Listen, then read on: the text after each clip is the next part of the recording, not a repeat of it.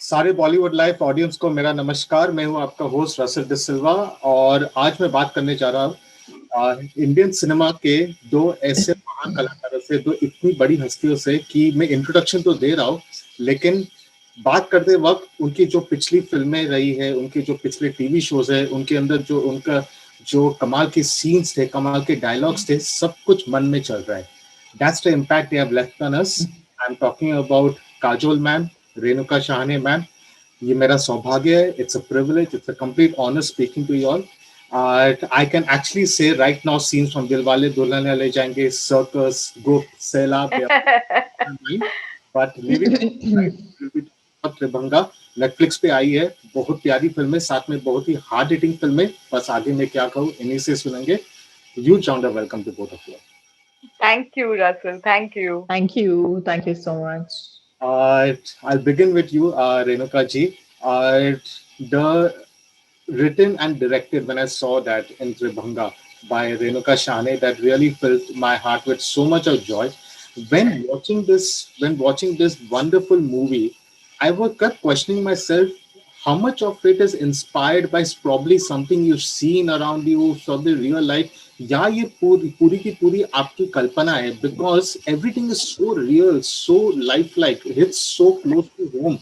That's why I want to know, was it completely imagination कि कहीं से आपको इंस्पिरेशन मिली है? नहीं, जब भी हम लिखते हैं रसल, वैसे भी अपने जीवन के ऊपर ही डिपेंड करता है क्या आप लिखते हो. तो जो भी निकलता है वो पूरी तरह से आप उसको इमेजिनेशन कह ही नहीं सकते, क्योंकि आपने शायद डायरेक्टली एक्सपीरियंस ना किया हो, लेकिन आपने किसी और की कहानी देखी हो, एक्सपीरियंस की हो, आपने कुछ पढ़ा होगा, देखा होगा.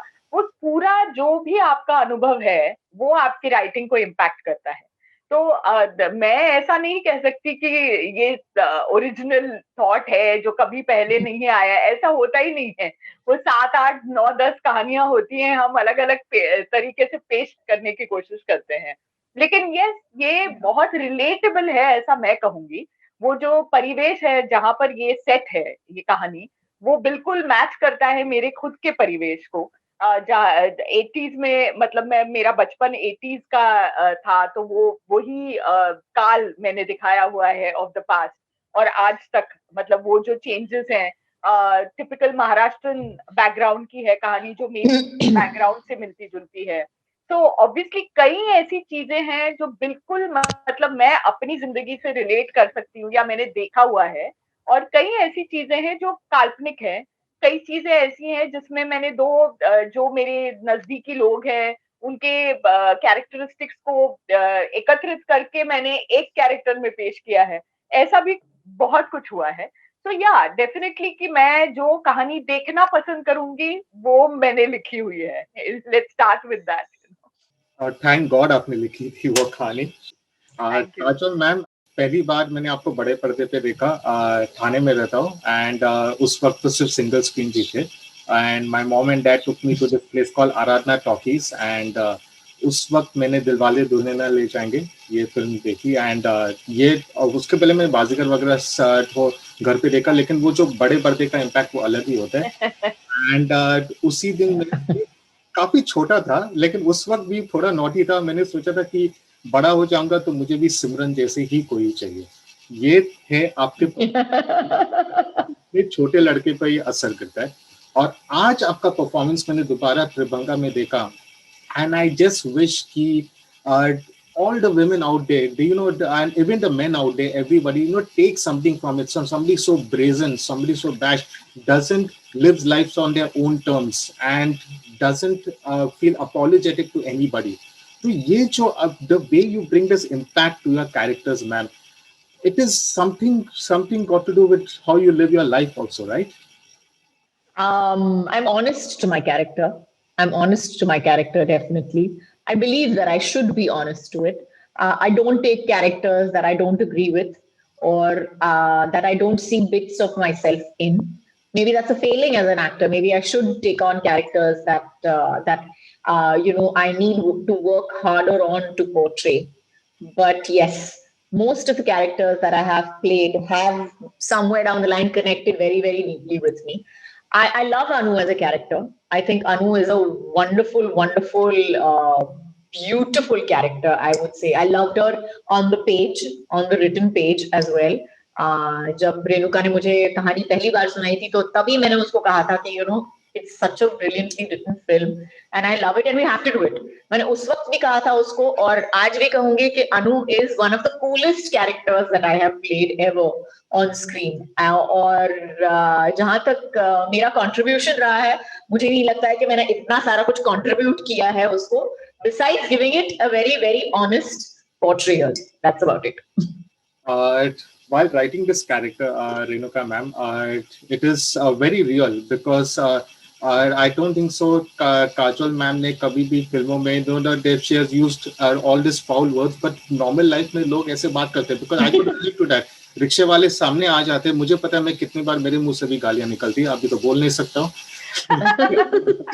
Because you're in a rush, you're trying to get somewhere, and rickshaw guys, we all know how to. I totally agree. बिल्कुल, road rage is very identifiable. Yeah. I drive in Bombay, so I know. That's the thing. In fact, I've stopped taking the car. मैं सिर्फ bike ही चलाता हूँ उस वजह से. But when writing that, so there's two questions that come into that. I would like both your opinions over here. Does the OTT platform give you more freedom to write a character like this way कि आपको पता है कि ये बड़े पर्दे पे नहीं दिखेगी, तो I don't have to think about कि क्या censorship issues होंगे और फिर क्या दूसरे लोग क्या कुछ बोलेंगे.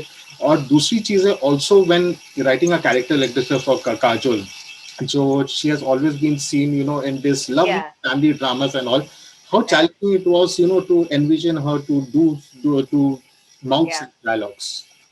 मुझे ऐसा लगता है कि एज यू सेड ना, ये सारी चीजें बोली जाती हैं एक्चुअली. एंड जब भी आप अनु को देखते हो तो वो नॉर्मली अगर किसी नर्स से बात कर रही है तो शी विल नॉट अब्यूज.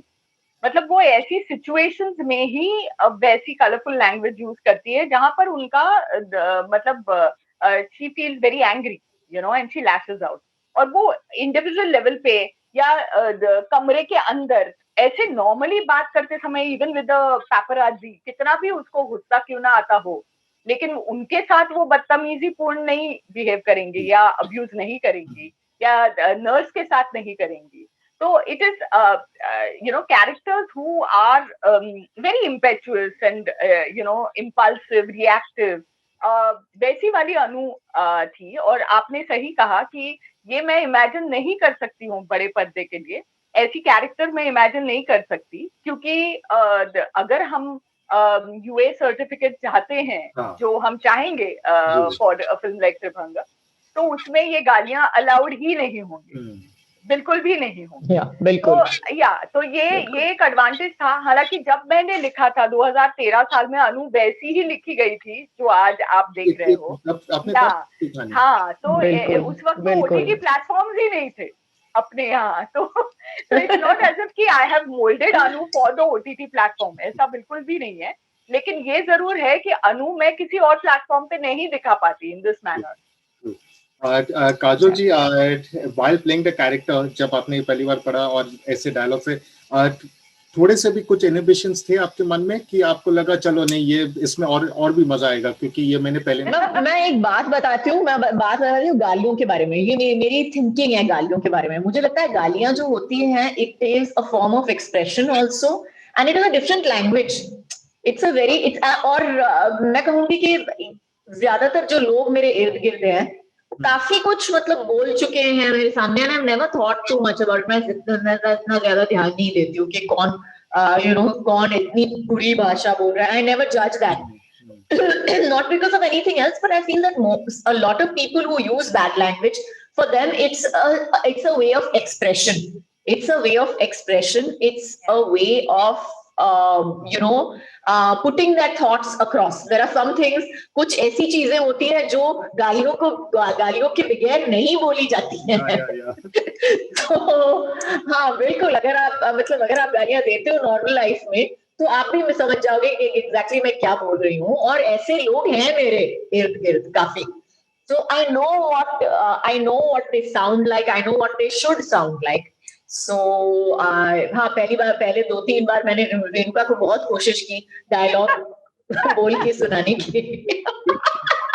लेकिन रेणुका ने बहुत मेरे साथ ये ज्यादती की और कुछ डायलॉग्स मुझे बोल के नहीं सुनाए, तो बोले नहीं पेपर पे जो पढ़ा हुआ है ना वो बोल के बोलना है आपको। I'm very glad ये साइंटिफिक भी, इनफैक्ट नेटफ्लिक्स पे ही हाल ही में शो आया था हिस्ट्री ऑफ स्वे वर्ड, उसमें साइंटिफिक भी दिखाया था कि it's a cathartic feeling.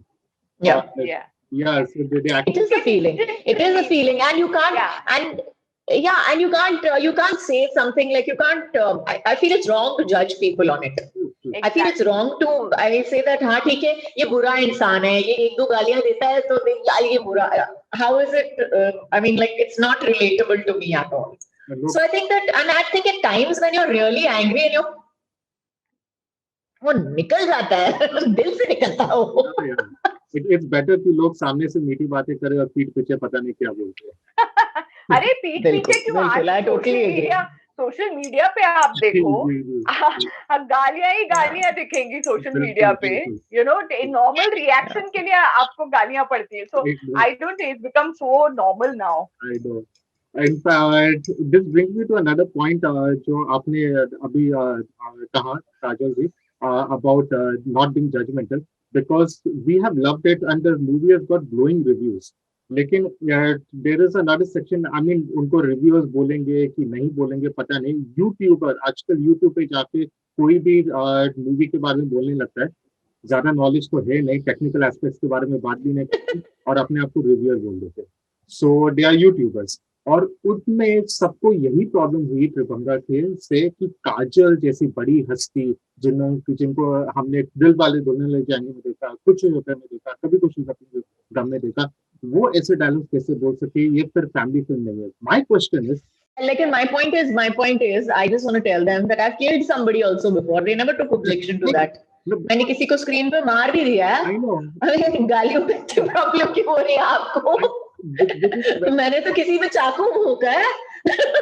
No, which is a very good point, man. Because and in fact ये अच्छा आपने हाईलाइट किया, because मैं बोलने वाला था कि दुर्गापुर में इन लोगों को प्रॉब्लम नहीं हुआ, फैंटास्टिक शो, उसमें कोई प्रॉब्लम नहीं हुआ, all the guys are giving a lot of गाली and all that.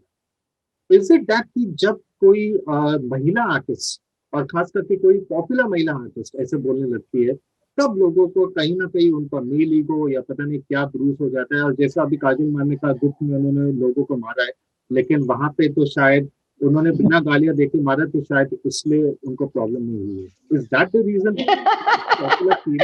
No, I'll tell you honestly, I get where they're coming from. मुझे बिल्कुल समझ में आता है कि कहाँ से आ रहे हैं, क्या सोच रहे हैं उस वक्त, क्योंकि आई थिंक उनका जो एक प्यार होता है वो इतना इंटेंस होता है, because only somebody love you. बिल्कुल तो उनका प्यार इतना होता है कि उनको लगता है कि हाय कुछ मतलब हमारी we are in a very weird way put on a pedestal.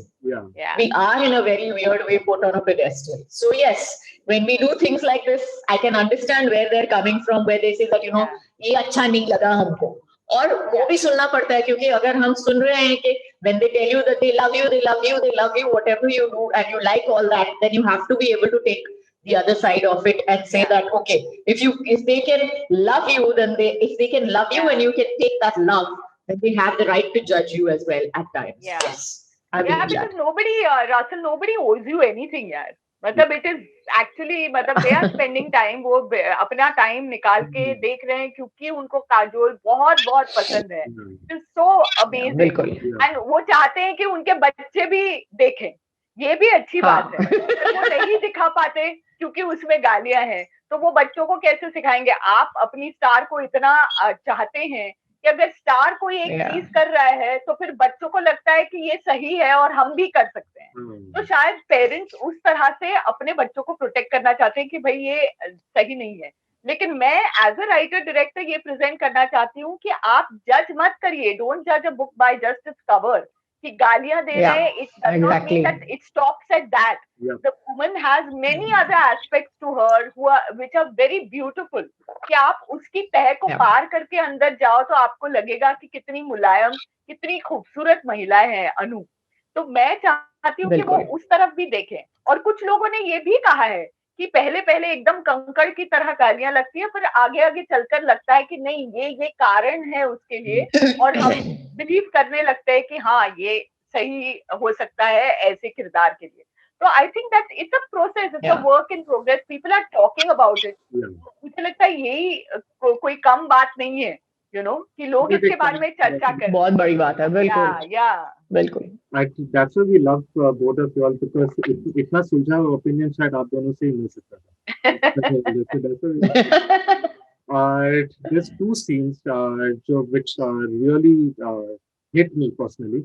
एक जब तन्वी आसमी जी आती है कमरे में, आफ्टर आई थिंक सो, अभी थोड़े स्पॉयलर्स दे सकते हो क्योंकि अभी आ चुके हैं। हाँ, देख ली होगी। तो दिमित्री के साथ जब वो डोमेस्टिक अब्यूज काजल का कैरेक्टर होता है, एंड देन तन्वी आसमी का actually pushes her, and then उसके बाद ही थोड़े टाइम बाद एक और सीन है जब वो नर्स आती है, एंड वो उनका जो क्लीनिंग था बेड, उसके लिए तो रेणुका जी, क्या ये आपने सोच के ये दोनों सीन को आगे पीछे डाला ताकि वो इम्पैक्ट पड़े? हाँ, बिल्कुल बिल्कुल, वो स्क्रिप्ट पे सोचा हुआ ही है कि आप एक औरत को, मतलब एक बहुत ही स्ट्रॉन्ग किरदार को बहुत वल्नरेबल पोजीशन में डाल दो, और भी वल्नरेबल पोजीशन में डाल दो, तब जाके दूसरा किरदार ये समझ पाता है कि ये मेरी इंडिपेंडेंट माँ कितनी हेल्पलेस है आज इस सिचुएशन में है, और एक थर्ड आदमी आपको कह रहा है कि कितने बेचारे हेल्पलेस होते हैं, ये अपने आप से कुछ भी नहीं कर सकते। And it gives another perspective to a person who's actually related so closely, लेकिन maybe not close enough, कि she can't transcend that thing कि वो हॉस्पिटल में है, हेल्पलेस है, फिर भी वो अपना ग्रज थोड़ा सा कैरी कर चुकी हैं, लेकिन वो परिवर्तन हो जाता है इन दैट प्रोसेस। तो ये जक्सटापोजिशन जो है वो बहुत जरूरी है to show the upper point, मतलब वो है हेल्पलेस, लेकिन एट दैट टाइम अनु का कैरेक्टर खुद को हेल्पलेस मानता है, because she wants to make amends and she is not in that position to be the strong woman that she is, man. So I think that is why it works.